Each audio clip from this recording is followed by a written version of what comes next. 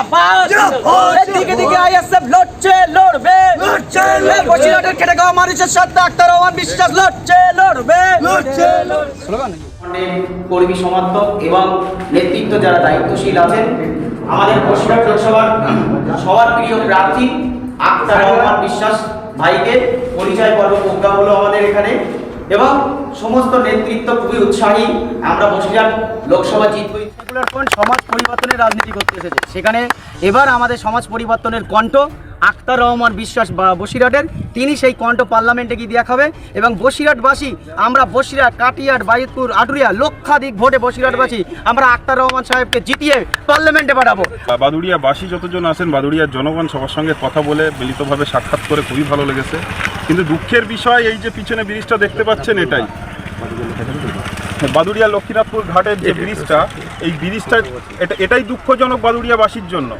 এপারে আমি যেটা দেখলাম যে বাদুড়িয়াবাসীর যেটা থানা বিডিও যেতে গেলে ওনাদের ঘাট পার করে যেতে হচ্ছে, কিন্তু ব্রিজটা থাকলে সুবিধা কী হতো, এই পাশের লোক সহজেই ও পাশের থানা তাদের রাতে একটা কেউ অ্যাটাক করলো বা কিছু করলো, যেটা হয়ে থাকে এই পাশে, সেটাও শুনেছি, তাহলে ওনারা সহজেই ওপারে যেতে পারতেন, থানায় গিয়ে বলতে পারতেন। কিন্তু সেই যোগাযোগ ব্যবস্থাটাও এখানে বিচ্ছিন্ন হয়ে গেছে, রাত 11টার পরে সেটা থাকে না। তো সবার আগেই বাদুড়িয়াবাসীর জন্য, অর্থাৎ বসিরহাটবাসীর জন্য আমার প্রথম আওয়াজ থাকবে পার্লামেন্টে যে আমাদের বাদুড়িয়ার ব্রিজটা যেন খুব তাড়াতাড়ি হয়ে যায় এবং এপার ওপারের যোগাযোগ ব্যবস্থাটা যেন খুব ভালো হয়।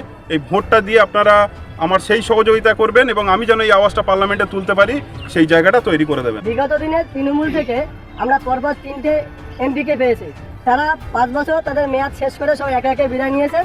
এবারে যিনি প্রার্থী হয়েছেন তিনি 2009 সালে এখানে ছিলেন, তো তিনি তো পরিচিত, আপনি তার সঙ্গে কেমনভাবে টক্কর দেবেন? দেখুন, টক্কর দেওয়ার ব্যাপার তো কিছুই নেই, সেটা বসিরহাটবাসী, বসিরহাট জনগণ বুঝে নেবেন টক্কর কিভাবে দিতে হয়। ভোট বাক্সে 1 জুন বুঝে নেবেন, কারণ তারা দেখে আসছেন বিগত দিনের যত মেম্বার অফ পার্লামেন্ট এখানে এসছেন, এখান থেকে হয়ে পার্লামেন্টে গেছেন, তাদের কার্যকৃতি দেখে আসছেন। তার মধ্যে প্রধান একটা কাজ যেটা আমি বলি, তার নমুনা হচ্ছে আমাদের ব্রিজ, যেটা এপার ওপার থানা এবং বিডিও যাতায়াতের পথ বিচ্ছিন্ন রাত 11টার পরে।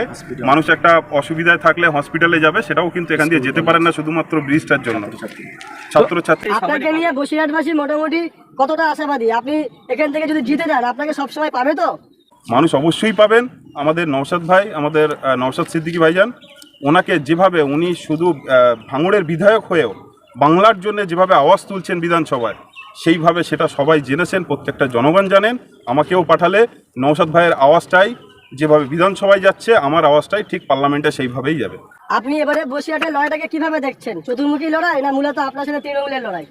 লড়াই কারোর সঙ্গে সেটা আমি জানি না কতটা কারোর সঙ্গে লড়াই হবে, তবে আমি 100% আশাবাদী আমরা জয়ী হচ্ছি এবং বিপুল ভোটে জয়ী করছি।